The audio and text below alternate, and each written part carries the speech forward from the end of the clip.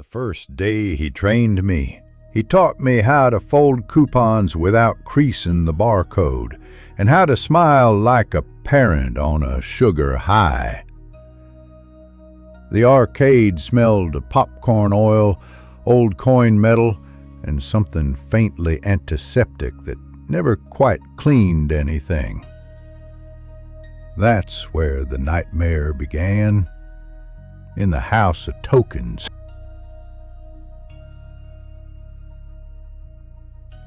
He showed me where the spare tickets lived, and how to talk to kids so they trusted you faster than adults did, a skill I wish I had not learned. The machines hummed like a small, content beast. At night the hum turned into a slur of lonely songs.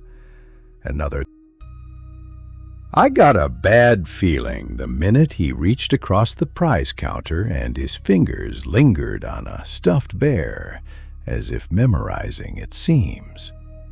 The building felt alive in the way an animal is alive, patient, hungry, capable of surprising cruelty when roused.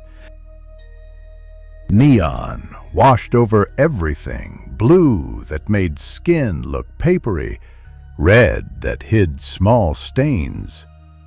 For months I told myself I was imagining it.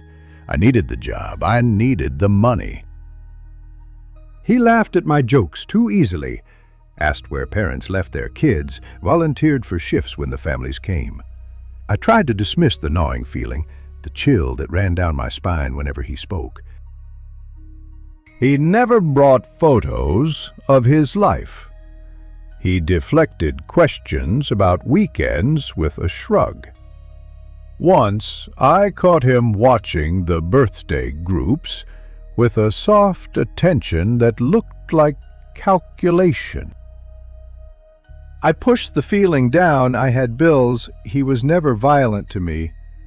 Ordinary kindness made my unease easy to dismiss until it was too late. He fixed the prize machine. When the claw jammed, he'd hand kids extra tickets when they were heartbroken, but there was always something off, something lurking beneath the surface.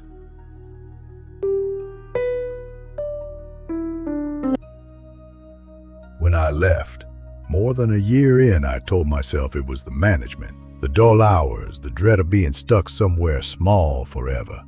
I ran, but I could not run far enough.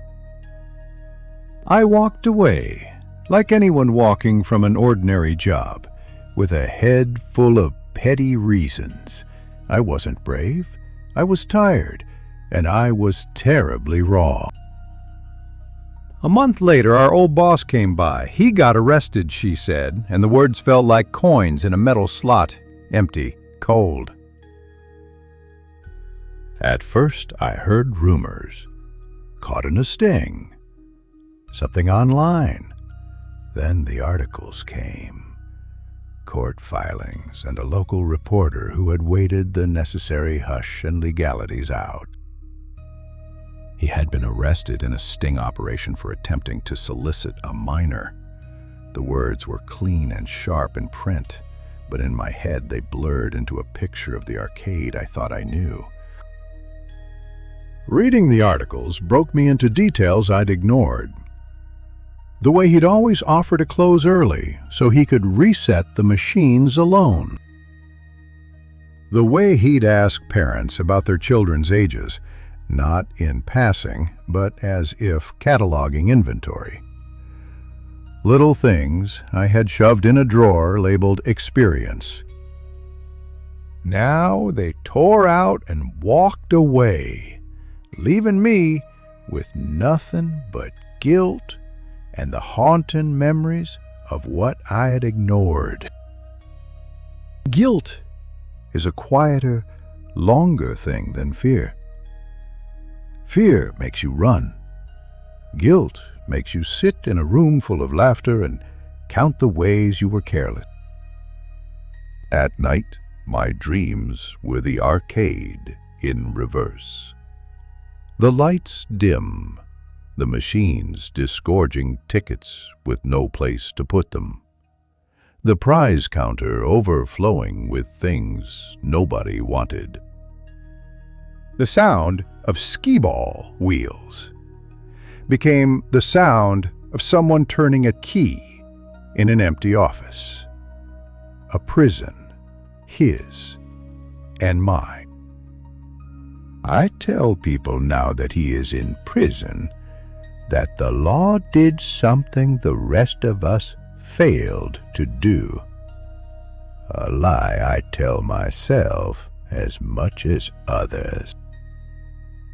They nod the way neighbors do when you tell them about a broken fence. Polite, dismissive, uncomprehending. It helps a little, but fear lives in atmospheres, and the arcade was a place the town trusted, a trust I helped betray. We handed children between machines and pizza boxes and rickety chairs, and he walked among them like a man carrying a pail of poison. Sometimes I still go by that corner of town, a compulsion I cannot shake, a need to face the source of my guilt. Even from the sidewalk, I can hear the artificial cheer, the laughter, the screams, the endless hollow promises of fun. When a kid runs in, the neon throws a girl's braid into a comet. A brief, fleeting moment of innocence. For an instant, the place looks whole again, untainted, safe. But it's a lie, a facade. Then I remember the teeth behind a smile, and the way ordinary spaces can house something quietly monstrous. I count tokens now the way some people count breaths.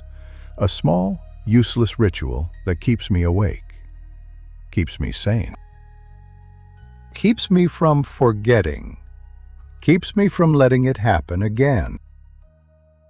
But the arcade still calls to me in my dreams, a twisted siren song of guilt and regret.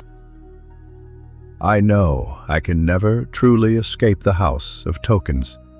It will always be a part of me, a dark stain on my soul.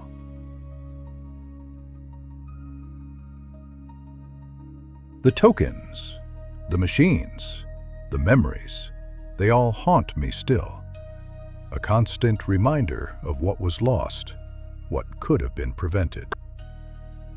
And so I count. And so I remember.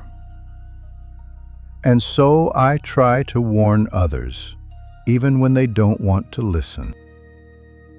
The House of Tokens still stands, a monument to hidden horrors and the darkness that can lurk in ordinary places.